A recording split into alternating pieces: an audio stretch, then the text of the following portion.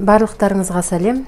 Бүгін біз сіздермен үй жағдайында үйдегі бар көкөністермен жасалатын лағман түрін, домашний лағман дейді ғой, лағман түрін жасау жолдарын сіздермен бөліскім келіп тұр.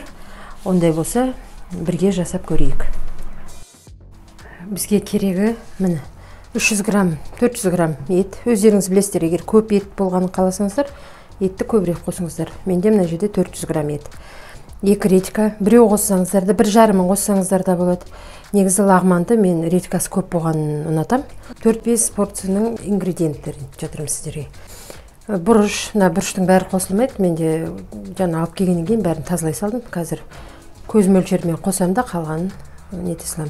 1 дана картошка. Картошканы өздеріңіз білесіздер, қосқыңыз келсе қосасыздар, қосқыларыңыз келмесе керек емес. Біз қосамыз. Домашний лағман болған соң қосамыз біз. Кішкентай 2 сәбіз, 1 пияз және 1 тал чеснок. Менде көп арши салдым жаңа. Оны қазір мөлшерімен ғана қосам, артығын қоспаймын. Мына жерде соңген пекинский капуста. Бұл пекинский капустаның орнына өзіміздің кәдімгі капустаны да қоссаңыздар болады. Именно пекинский капустаның қатты жағын ғана қосам мен. Мына жағынан бір салат жасай салам қазір. Мынау біз қазір мен сіздерге лағманның тестісін жасап көрсетем. Мына жерде 500 грамм ұн, соған мен жуылған 1 тал жұмыртқа қоссам. Жұмыртқа қоссаңыздар да өздеріңіз білесіздер, қоспасаңыздар да өздеріңіз білесіздер. Жұмыртқа қоссаңыздар, нандарыңыз тірі тұрады. Қоспасаңыздар да болады. Сосын 200 грамм су, бисмиллах деп тестісін елейміз. 200 грамм суға 1 чай қасық тұз саласыздар.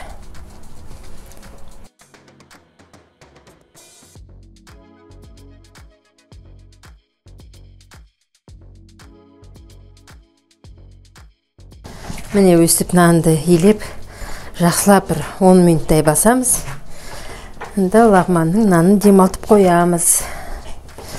Тынғанша 3 рет басамыз, одан кейін иығанғанша, одан кейін ақырындап пілтелеп соза бастаймыз. Етімізді қалағанымызша тураймыз. Ірі қып турасақ та болады, ұсақ қып турасақ та болады. Ірі де емес, өте ұсақ та емес, осындай средний қып турайым. Орташа қып.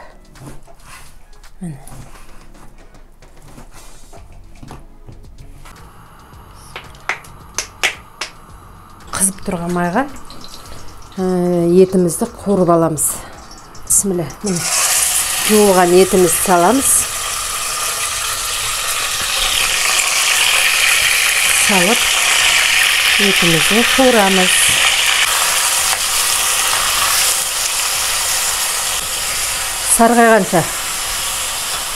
Сарғайғанша қуырам. Сосын кейін мен еще оны біраз уақытқа, жарты сағатқа ма түштетіп қойып қоям. Ішіне су құйып, бір қайнаған соң бая отта түштетем.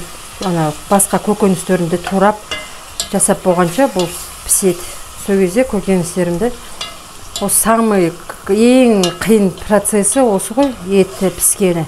Еті піссе көкөністерді жартылай шала қуырып алсаңыз, солай ұнайды бізге. Езіліп кеткен лағман ұнамайды. Етім негізі тұздалған, бірақ сонда да тұз қосам. Бірақ сондай қатты аштығып тұздамағам, жартылай тұздағам. Сол үшін бәрі үстінен салам. Қазір су тартылып, қуырыла бастады. Енді осыған кішкене су құямыз да, тағы да. Мен өзім солай жасаймын, енді өздеріңіз қарайсыздар. Кішкене су құйып, бір жарты сағат 45 минуттай түштетілсін, пока сіздер овощтарын турап келгендеріңізше. Түштетілгенде ана еті піссе, уже овощтарды чала-чала пісіріп, сөйтіп жасайсың. Процесс кезінде оны да көрсетем қазір. Өте жұмсақ және өте қатты болмау керек.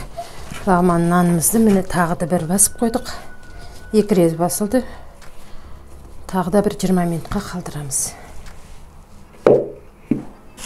Бисмиллах деп.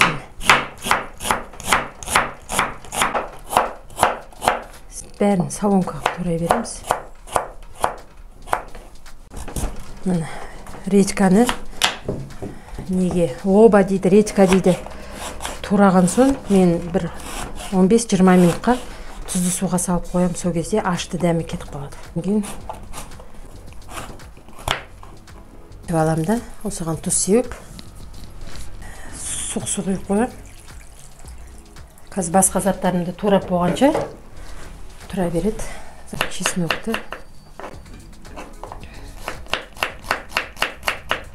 редисті өстіп 4-5 тураймыз.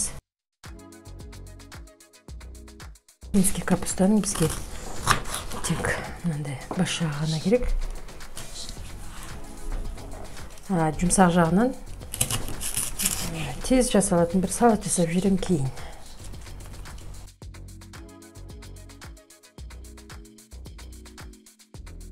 Өздеріңіз білесіздер, салсаңыздар да өз еркілеріңіз, салмасаңыздар да өз еркілеріңіз. Негізі мен бір кішкентай картошка салып жүргенді жөн көріп тұрмын.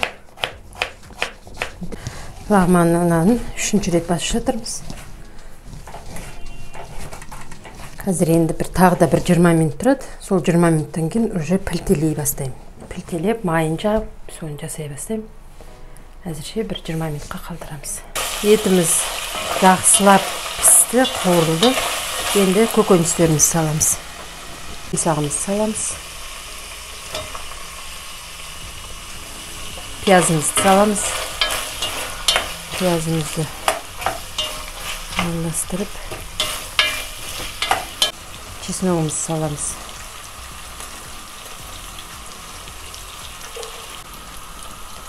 Редькамызды саламыз.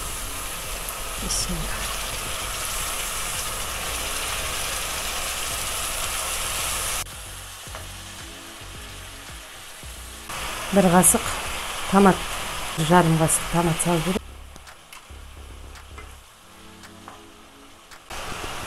Жаңағы пекинский капустамызды саламыз.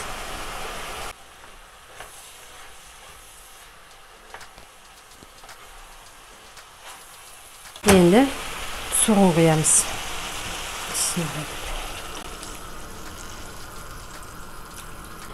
1 литрлі су құямыз. Енді өздеріңіз қарайсыздар, кастрюльдеріңіз үлкен болса 1,5 литр су құйыңыздар. Сулы болған қаласаңыздар, бірақ ни в коем случае көп су құймаңыздар. Көп су құйсаңыздар, тамақтарыңыздың дәмі су татып кетеді подливтарыңыз. Сол үшін 1 литр су жетеді. Енді кастрюльдеріңіз дәуі, подливтарыңыз, көкөністеріңіз бәрі көп болса, онда 1,5 литр. Одан артық су құюдың қажеті жоқ. Ай жағып, енді тестамызды пілтелейміз.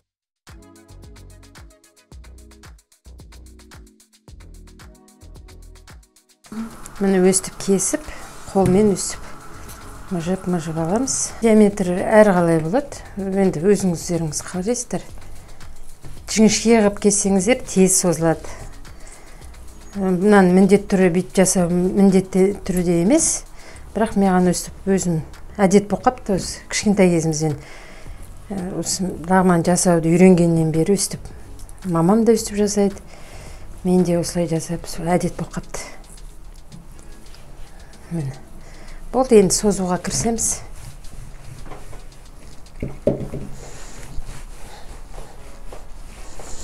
Лағманның нанын созғанда алақанмен созамыз. Саусақтың арасымен созғаннан кейін бұлтық болады. Сол үшін алақанмен созған дұрыс.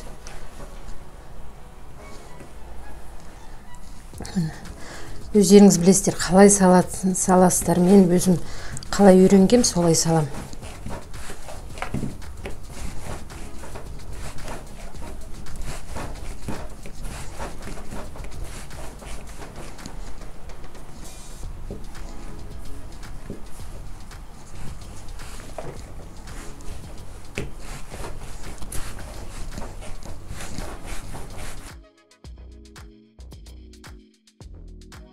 Екінші мәрте созамыз.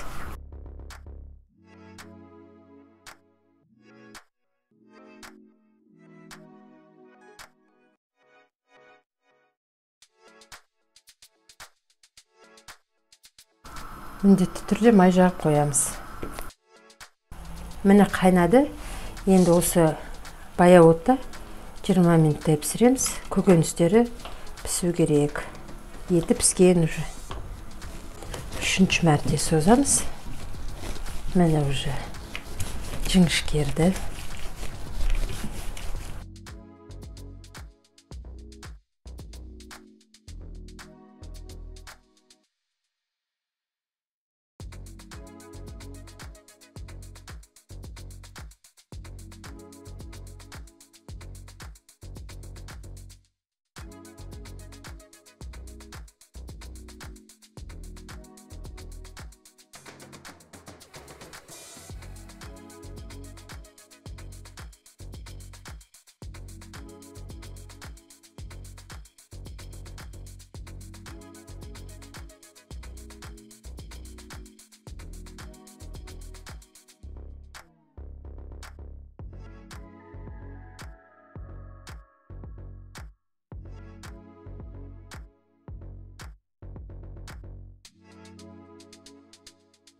Картошкасын салып қоямыз.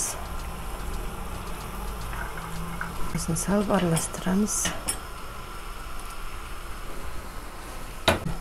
Енді осы лағманымыздың суына бір ас қасық тұз саламыз. Бисмиллах деп тестісін пісіреміз. Қазір мынау неткеннен крышкасын жауып қоямыз. Өсі бір қайнағаннан кейін бір араластырамыз да, екінші қайнағанын тосамыз. Аузын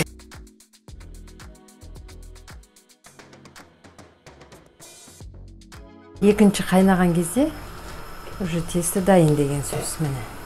Болды, енді тестіні ала береміз.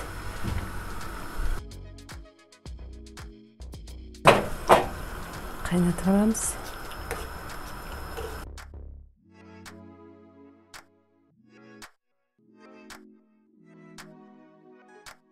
Енді светофор бұрышымызды саламыз.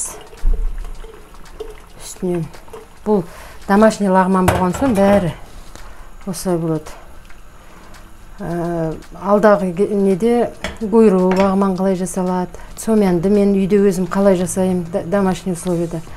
Соны көрсететін болам. Алдағы уақытта тестамызды майлаймыз. Мен суға салмаймын, майға салам. Бейтіп. Үйде бар көк шөптеріңіздің бәрін тұруға болады. Лағман болған соң көк шөбі көп болу керек. Міне бисмилла деп. Енді көк шөбін саламыз. Бұл нан бәрі көк шөп болып кетті ғой деп айтатын адамдарға біз өзіміз жақсы көреміз. Аз салғыларыңыз келсе, аз салыңыздар. Бізге шөптері көп болған ұнайды. Лағманымыз дайын болды, домашний лағман. Егер осы рецептім ұнамы жатса, менің арнама тіркеліп, лайк басып, комментарий жазып кетулеріңізді сұраймын. Сосын кейін бір айта кетерім, мен 100% подписчиктарымның 55% ғана с подпиской, без подписки 45% көреткен. Сол үшін арнама міндетті түрде 45% дағылар арнама тіркеліп кетулеріңізді сұраймын. Сіздермен болған гүлім. Келесі кездескенше қош сау болыңыздар.